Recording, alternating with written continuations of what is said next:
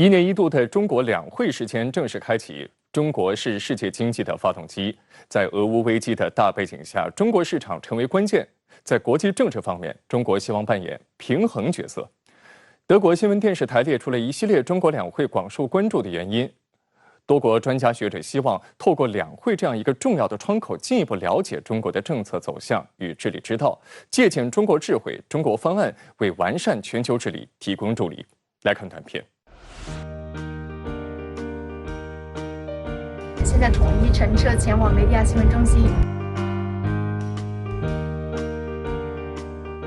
我们现在已经到达记者会现场了。虽然距离记者会正式开始1个多小时，但是现场的工作人员和我们的记者同行们都已经忙碌起来了。我这样最好就是第一，中国和外交结合中国和朝鲜的关系。I'm interested in the Ukrainian crisis right now in our region. It's 13届全国人大5次会议举行记者会，邀请国委员兼外交部长王毅就中国外交政策和对外关系相关问题，以视频会议的方式回答中外记者提问。在100分钟的记者会中，中外记者共提出27个问题，王毅外长都一一作出回应，其中包括俄乌问题、中美关系等全球重点关注的议题。阿斯加尔代表巴通社也参加了此次外长记者会并提问。在阿斯加尔看来，中国两会是世界了解中国的重要窗口。近几年来，两会的外长会不断加时，更让全球媒体有充分的时间和空间了解中国的外交理念。牛津大学中国研究中心主任拉纳米特在接受深圳卫视记者采访时表示，两会中关于民生、教育等内政话题之所以受到外国媒体的关注，是因为世界范围内的许多国家也同样面临着这些问题。Number one is the concentration on education provision being rolled out even further, particularly in rural and other areas that have not had as much concentration as the urban. But let's take the other end of the scale. So a lot of very smart people are getting degrees, they're graduating from university, but the work opportunities, the employment opportunities for them at the end are not always as broad as they might be. Now, this isn't a problem that's exclusive to China. A lot of other countries are also saying we're getting a better educated population, but do we have the job opportunities to actually accommodate? But some of the elements that you see being discussed in the two sessions are actually in some ways quite similar to issues in other countries as well. 中国经济是本届全国两会中外媒关心的核心议题。肯尼亚广播公司的一篇报道指出，作为世界第2大经济体，中国的发展态势一直备受瞩目，中国的经济政策也将对全球经济产生巨大影响。新加坡海峡时报网站发表文章指出，尽管去年中国政府为控制过度借贷采取了限制措施，但去年中国经济依然增长了8.1%。彭博社关注中国政府工作报告中提出的今年发展主要预期目标，指出中国设定了国内生产总值增长5.5%左右的目标，这个增长目标高于接近5%的普遍预测，也远高于国际货币基金组织预测的4.8%。中国改革有益奖章获得者美国库恩基金会主席罗伯特·库恩也关注到了这一数字。结合多年研究中国经济发展的经验，库恩分析认为，如此安排并不令人意外，而是折射出了中国经济应对复杂局面的多重考量。I just take issue with those who would critique 5.5% superficially as saying it's a very low number. It's a distorting figure. And there are many other things in there, the percentage of investment versus consumption, export. So it's recovery between China and ASEAN can be done in 这样的一些呼声。中国进入两会进行时，那这是中国各界代表共商发展大计、共谋民生之策的重要时刻。那在这次记者会上国务委员兼外交部长王毅也谈到，在这样一个重要时刻，各国需要的是团结而不是分裂，是对话而不是对抗。那世界对中国关注点是什么？有哪些期待呢？请教一下苏女士。这一次的两会，它的背景当中，除了大家观察的此前的一些重要的因素之外，还有一些突发的因素，尤其是俄乌之间的冲突仍然在延续。那么，对于乌克兰危机对中国和世界关系的影响，以及在危机之下世界经济的影响，以及呢中国未来经济发展的动向等，都是中外媒体所关注的。当今世界呢，大国的这个战略矛盾加深，战略不稳定加剧中国的对外政策如何动作。这个事儿呢，不光是事关中国，那也事关世界，所以说大家特别的关注。第二个原因是什么呢？这个疫情继续肆虐，继续这个动扰这个全球经济。那么作为第二大经济体，这个会议显然呢，对于规划和决定中国下一步的宏观经济政策呢，会起到一个标杆作用。在世界经济形势不确定性增加、疫情叠加、经济下行压力加大的这个背景下，中国经济如何动作，特别是中国政府在这个经济形势当中如何动作，也成了世界经济的焦点。因此总的讲呢，当代世界的两大主题和平与发展具体的具象化聚焦到中国的时候，就成了关注今年两会的两个重要原因。全国两会中外长记者会是备受国内外瞩目的传统项目。那在记者会上，王毅也回答了中外记者27个问题，涵盖了众多全球热点议题。那提问范围也可以说是没有禁区。那咱们怎么看待这种安排呢？苏女士。其实我们观察过去几年的外长记者会，会看到一个现象，那确实是中国外交变得更加的自信，中国开始真正的平视这个世界。那么从回答问题的一些具体的技术上的操作来看，从此前的交传变为同传，这本身也是一种自信的展现，同时呢，也是一种更加有效的沟通方式。而在这个短短的时间之内回答27个问题，这是与去年相持平的，也反映出了世界确实对于中国非常关注，涉及到中国外交的方方面面。那同样呢，也反映出的是中国愿意直面问题，中国是光明磊落的，尤其是涉及到一些敏感的问题，包括当前的乌克兰危机的问题，应该说这是中国愿意进行回答，来主动澄清立场，同时呢，也是回应外部舆论当中的一些负面因素的极好的时机。所以从此次的外长记者会当中，应该说是再次展现了中国的大国担当。同样的，中国外交也是在以一种非常稳健的方式来进行推进，而这一系列的信号，既让中国国内的民众看到了祖国的强大这样的一个非常清晰的形象的塑造，那同样呢，也让外部世界在观察中国的过程当中有了更加直接的这种亲身的感受。近期，香港疫情形势依然严峻，中央驰援也源源不断地抵达香港。对此，参加两会的港区委员代表们纷纷表达感激之情。事实也再一次证明，香港的繁荣稳定离不开中央的支持。回顾过去2年，从香港国安法颁布实施到香港选举制度完善，人大相关决定帮助香港进一步融入国家发展大局，爱国者治港稳稳落地，反中乱港势力土崩瓦解。不过，在中美博弈不断加剧的背景之下，美国试图继续打香港牌，是不是还有空间呢？国务委员兼外长王毅在两会外长会上直言，美国拉着所谓的民主旗号干涉他国内政，透露出什么样的信息呢？今年又恰逢尼克松访华及中美上海公报发表50周年，中美关系距离重回正轨还有多远的距离？让我们一起通过短片洞察关键。香港现在疫情非常的严峻，在我们最需要你们的时候，你给予我们大力的帮助，我想在这里衷心的向你们说一声感谢。香港与内地本来就是一家人，血浓于水，只要我们团结起来，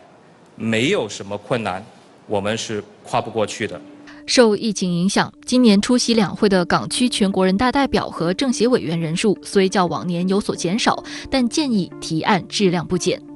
港区代表委员纷纷表示，中央急香港同胞之所急，适时调配医护人员，有力统筹防疫物资，全力保障香港民生物资供应，保障港人生命权、健康权，体现出对香港特区的高度负责，也再一次说明中央永远是香港的坚强靠山。除了祖国内地的保障与支持，香港的繁荣发展与自身稳定也关系密切。值得关注的是，无论是在全国政协13届5次会议新闻发布会，还是13届全国人大5次会议新闻发布会，发言人都提到了去年全国人大修法完善香港选举制度对维护香港稳定的社会效果。去年香港特区成功举行了新一届选举委员会选举和第7届立法会选举，还将举行第6任行政长官的选举。实践证明新选举制度符合一国两制原则，符合香港实际，为确保一国两制行稳致远，确保香港长期繁荣稳定提供了制度的支撑。委员们认为这是一套好制度。就以立法会为例子吧，我们新的制度呢分3个界别，一个是地区选举，一个是功能组别选举，第3个是选委会选举。它3个界别呢就代表不同的利益和声音，尤其是呢新的选委会选举占到90席当中的40席，我们看到更多的专业人士，更多不同界别的包括智库的人士、年轻人都有机会参与到这个新的立法会。所以呢，我们看到大家是更多的从香港的整体利益出发，去议政论政，怎么让香港发展得更好安全怎么更好等等。所以呢，我看到这个生态是有很大的变化，能够让香港从由乱到治的基础上呢，能够由治及兴。正在北京出席两会的港区全国人大代表陈勇，在讲述自己的第7届立法会竞选经历时，用拨云见日、雨过天晴来形容。他说，去年以来，中央出手完善香港选举制度，选民可以安心出来投票，社会安定有序，不用再提心吊胆提防袭击，真正实现了文明优质的选举，确立了爱国者治港的新秩序。何建宗博士对深圳卫视表示，香港政治生态好转，在这次抗疫过程中也发挥了积极的作用。新的选举制度以后，我们新的立法会就任了大概2个月左右我们也看到他们都是非常理性的去论证，尤其是疫情严重的时候呢，政府需要通过各种法律，通过各种拨款我们新的立法会议员也就在给特区政府出言献策的基础上呢，很快的去通过了必要的拨款，那对于香港市民呢也是有很大的帮助。香港国安法实施，对于香港止暴制乱也效果显著。据香港文汇报3月2号报道，香港大律师公会前主席夏博义因涉嫌违反香港国安法，被香港警方国安处训诫会面。当天下午7点左右，夏博义携妻带子，突然拖着大量行李，匆匆现身香港国际机场，搭乘前往土耳其的航班离开香港。Why do you leave Hong Kong so suddenly? Are you afraid being arrested by the police officer? 据悉，夏博义常年借大律师的身份，披着法律外衣，大搞乱港政治。夏博义在职期间不断利用手中便利，疯狂散播港独言论，并试图为黎智英等违法乱纪分子脱罪。在他离开香港之后，香港民众通过社交媒体隔空喊话，上午被香港警方问询，下午就乘飞机逃离香港，这显然是心里有鬼。这个国安法呢，确实对于很多外部势力有很大的打击，从他们的组织方面，从他们的资金链方面都有打击。因为呢，执法机关呢也增加了他这方面的权利，有这个国安法作为香港的后盾，我们未来的发展呢就没有后顾之忧可以更好的改善香港的民生更好的融入我们国家发展大局。实际上，在中美博弈的大背景下，美国插手香港事务、遏制中国的步伐并没有停止。去年底，美国政府在香港立法会换届选举结束后，就纠集了盟友，对香港特区第7届立法会选举说3道4，对香港民主法治指手画脚，粗暴干涉中国内政。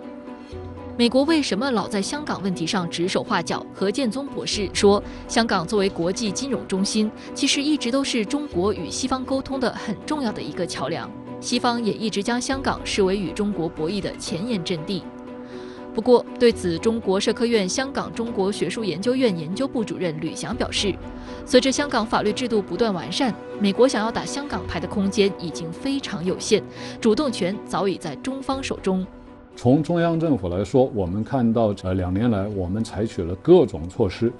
保障香港的安全和发展。应该说，不仅是香港问题，在中美现在出现分歧和冲突的所有领域，我们都是掌握着主动。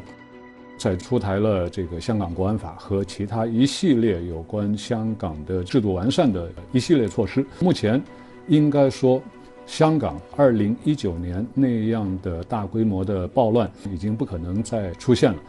我们觉得这个主动权应该会越来越大。对于备受瞩目的中美关系，3月7号，国务委员兼外交部长王毅在两会外长记者会中就对美国提出了直接批评。他表示，虽然美方领导人和一些高官相继表示，美方不寻求新冷战，不寻求改变中国的体制，不寻求强化同盟关系，反对中国，不支持台独，无意与中国发生冲突对抗，但令人遗憾的是，这4不一无意义的表态始终漂浮在空中，迟迟没有落地。对于中美关系如何改善，王毅阐述了中方的立场。大国竞争不是时代主题，联合博弈不是正确选择。展望未来，双方应当重拾融冰初心，重整行装出发，用相互尊重、和平共处、合作共赢的3原则来替代竞争、合作、对抗的3分法，推动美国对华政策重回理性务实的正轨，推动中美关系重回健康稳定的正道。那在外长会中，王毅外长在谈到中美关系时表示，中美应当互相尊重、和平共处、合作共赢，来替代竞争、合作、对抗的3分法。那请教一下杨先生，您怎么看王毅外长的这种表态？那这样一种表态彰显了咱们中国怎样的一种立场？我觉得呢，中国提出的这个中美关系的3个关键词啊，其实是构成了一个中美关系的一个健康的框架。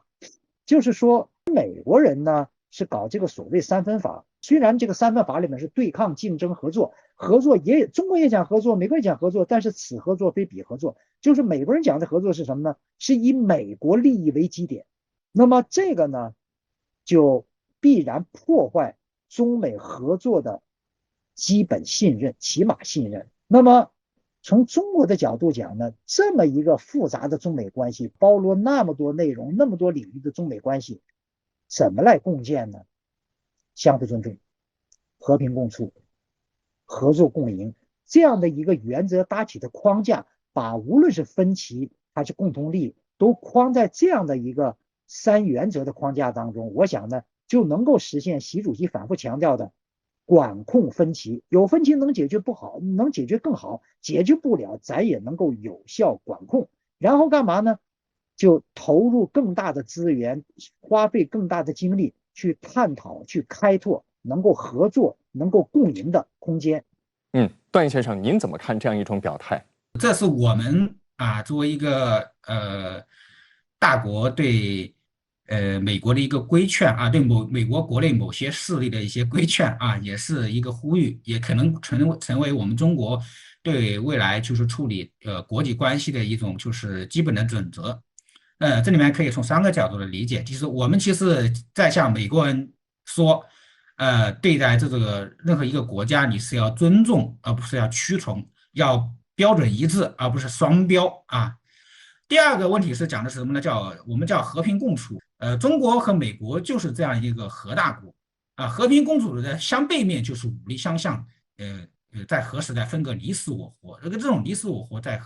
如果是2个核大国之间是根本不可能的。所以呢，美国的这个当政者也知道，就是2个核大国之间是不能动武的，这是一个底线既然有这个共识，为什么不向这个共识相向而行呢？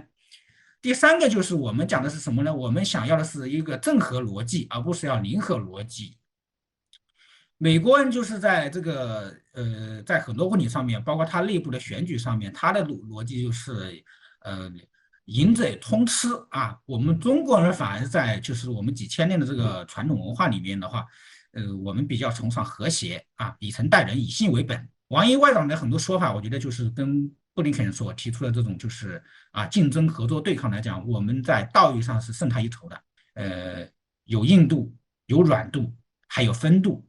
首先，对于中美关系，我们可以看到的是，从王国伟的回答当中，中国对于中美关系并没有不切实际的幻想，而这个时候，中国强调的是中国的外交政策的一贯性，强调的是中国对于中美关系进行设计这种框架当中，我们所采取的冷静的态度，中国相信的是中美应该有机会共存，可以更好的相处，也希望美国能够落实此前的一系列的承诺，包括双方元首在视频会晤当中美方释放出的信息。如果说一套做一套，那损害的不仅仅是中国，是中美关系，对于美国自身造成的反噬效果，美国也必须要看到。所以呢，针对美国，我们在不抱幻想的同时，必须要明确中美关系应有的样态、未来的发展的方向，希望美国能够重回正轨。所以在释放信息的过程当中，可以说是有理有利有节。对于美方，既进行一种非常清晰的提醒，同样呢，也释放出了未来希望与美国相向而行的善意。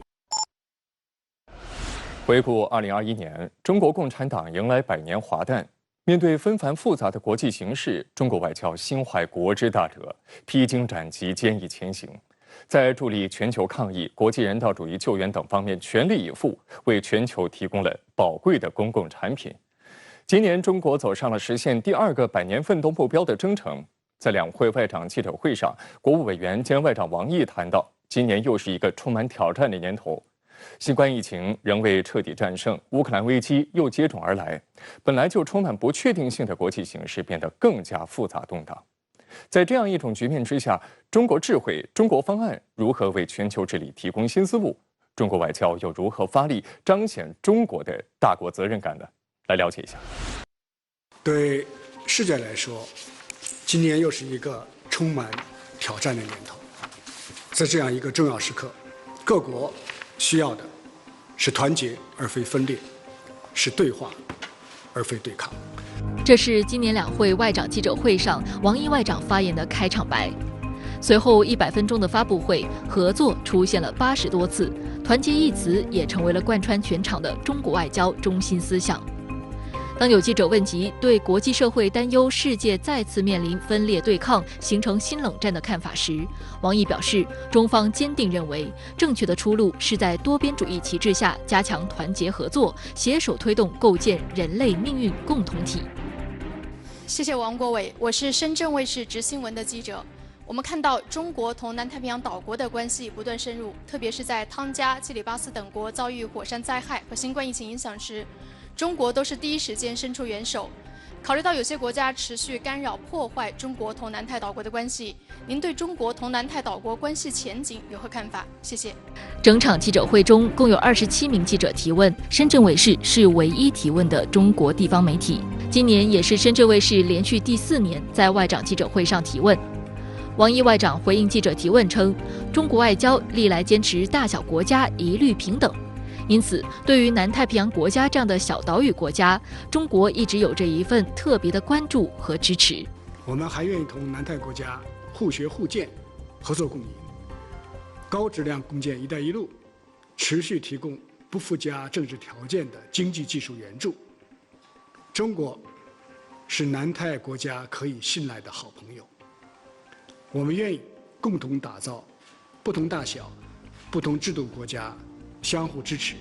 团结合作的新典范。2022年，中国在全球人道主义援助上也不遗余力。1月15号，汤加火山爆发并引发海啸等严重灾害。中国驻汤加使馆第一时间在当地紧急筹集，提供了一批水和食品物资援助。该批物资于1月19号抵达汤加，让中国成为首个向汤加提供救援物资的国家。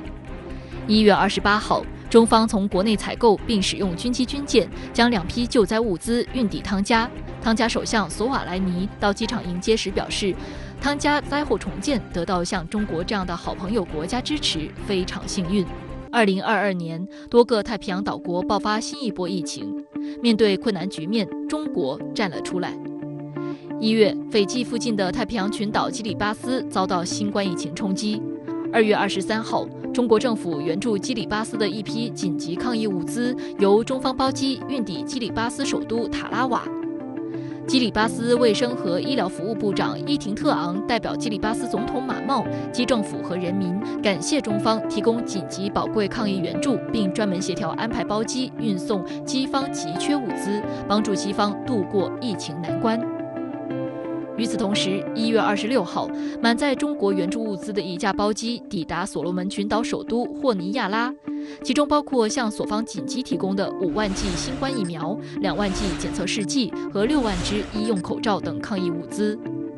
2月18号，一架中国空军运20运输机抵达所罗门群岛，送去总重量超过20吨的抗疫物资。在当前全球抗疫形势仍旧严峻的情况下，快速终止新冠大流行成为全球人民的共同愿望。为助力全球抗疫，中国最早提出将新冠疫苗作为全球公共产品，最早支持疫苗知识产权豁免，最早同发展中国家开展疫苗生产合作。3月4号，在今年两会全国人大首场发布会上，全国人大发言人张业遂表示，中国向120多个国家和国际组织提供超21亿剂疫苗，占中国以外全球疫苗使用总量的1/3，是对外提供疫苗最多的国家。这120多个国家中，绝大多数是发展中国家。近期，中国国家主席习近平宣布，将再向非洲国家提供10亿剂疫苗，其中6亿剂为无偿援助；再向东盟国家提供约1.5亿剂的疫苗无偿援助。在外长记者会上，王毅16次提到疫苗，9次提到抗疫，可见与全球其他国家携手抗疫，已经成为中国外交的又一张闪亮名片。同时，委员兼外交部长王毅针对乌克兰局势也提出了2大问题和6点倡议。那请教一下苏女士，您对此有何解读？那针对这样一个俄乌的危机，中国的解决方案和思路会是什么？我们观察乌克兰危机发展的过程当中，以价值观、意识形态来拉小圈子，来形成所谓的针对俄罗斯的这种共同的应对的态势，也是美国正在使用的一种手段。而同时呢，在涉及到一系列的地区热点问题上，中国仍然会发挥更加积极的作用。那在应对危机的时候，中国提出的方案是要标本兼治的，是要展现出大国担当的，同时呢，要目光长远的，要使危机能够真正的得以解决，而不是暂时的使危机能够得以一些抑制，而进而会进一步的累积矛盾，而进而爆发的这样的一种恶果。所以从中国的角度来说，今年仍然是考验中国外交智慧的一年。王毅外长谈到2021年9月第76届联大会议中，中国国家主席习近平在发言中提出全球发展倡议，那这是中国再次为全球发展提出的中国方案。那受到疫情影响，全球经济复苏仍然不确定性之下，中国方案、中国智慧能够起到什么样的作用？能不能为全球发展提供新的思路呢？苏女士。中国尤其关注的是发展中国家受到疫情的影响是更严重的，那世界可能会呈现一种所谓的 K 字形的发展。当发展中国家身处困境，难以摆脱困境的时候，这对于世界来说将会产生长远的负面的效果。所以当中国提出全球发展倡议的时候，其背后的一个非常重要的逻辑是我们希望在世界发展的过程当中，任何一个国家都不要掉队，尤其是发展中国家不能掉队。所以呢，从当时倡议的提出来看，可以看到的是中国的大国担当，同样也是一种全球视野。而中国提出之后，慢慢的会发现全球发展倡议成为了习主席继一带一路倡议之后提出的又一个重要的倡议，同时也是中国提供的国际公共产品。那么现在呢，这个国际公共产品可以说呢是已经得到了国际社会的广泛的回应。重要的不是口号，而是行动。其实联合国2023年可持续发展议程，它设定有17个目标，包括消除贫困、饥饿、去除不平等这个实现可包容性增长等等等等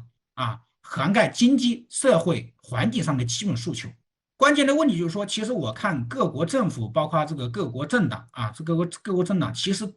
提出了很多这种就是政纲来讲，都是为了实现就是可以从这个可持续发展倡议里面17个目标找到相对应的东西。但是很多情况之下呢，就是口号喊得多，行动的少。我们中国所少有的就是我们是怎么说的，我们就是怎么做的。那在记者会中，王毅表示，为民服务、为民解忧是外交工作的应尽之责。中国外交将继续秉持以人民为中心的宗旨，做广大老百姓的贴心人，做海外同胞利益的守护人。那请教一下杨先生，您曾经是从事外交工作的，那您怎么看待这种外交工作中为民服务的这样一种特点？应该说，以我的经历和观察呢，就是为民服务这一块，那个跟以前相比呢，那是提到了一个前所未有的高度。那么这样的话就出现这个双方面的互动，一方面呢，就是在大使馆这个深墙高墙里边的中国外交官，他越来越主动的走出去，就是使得双方的互动呢走得更近了。那么在这样一个基础上呢，那么外交部也搞了这个大量的基础设施建设，比如说这个24小时的热线，就不管你是在什么时候，反正你只要打这个电话号码，你就能接通这个大使馆、总领馆，那么反映你的问题，求助你想要的这个帮助，这个都可以了。然后呢，现在网络发达了，然后我们又搞成这种云服务。那我们知道每年的外长记者会的特点就是，深圳卫视对话多位外籍驻华记者，探寻他们最关心的中国外交政策议题。全球新冠疫情反复，世界经济复苏存在变数，世界对中国还有哪些期待？ Actually, this is a very good opportunity for the foreign journalists that they want to know what is the foreign policy of China. 关键洞察力即刻播出。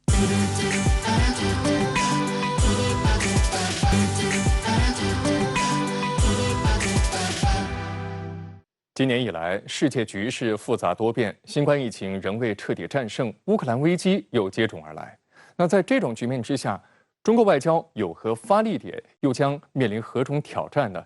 说到今年的中国外交，我觉得中国外交应该说它会扮演2方面重要的角色。一个方面的重要的角色呢，是服务于国内的重要的政治议程，使中国未来的发展能够真正的行稳致远，使中国的发展能够更好的惠及世界。那另外呢，也会看到的是，今年中国外交在讲好中国故事方面，在展现更加真实的中国共产党和中国的形象的方面，也要继续发力，尤其是应对当前国际舆论当中出现的一些妖风、一些邪气。那么中国能够更好地展现自己真实的面目，避免有个别人刻意地戴上有色眼镜来观察中国，甚至有一些人呢要刻意地把有色眼镜加到别人的脸上来看待中国。那么中国外交呢都要发挥一种以正视听，同时呢也是和世界更好沟通的作用。中国外交的发力点集中在一点，就是从各个角度去各个方面、各个战线、各个领域去努力的推动人类命运与共的国际共识，来加强呢这个国际合作，推进呢这个人类命运共体的这种进程。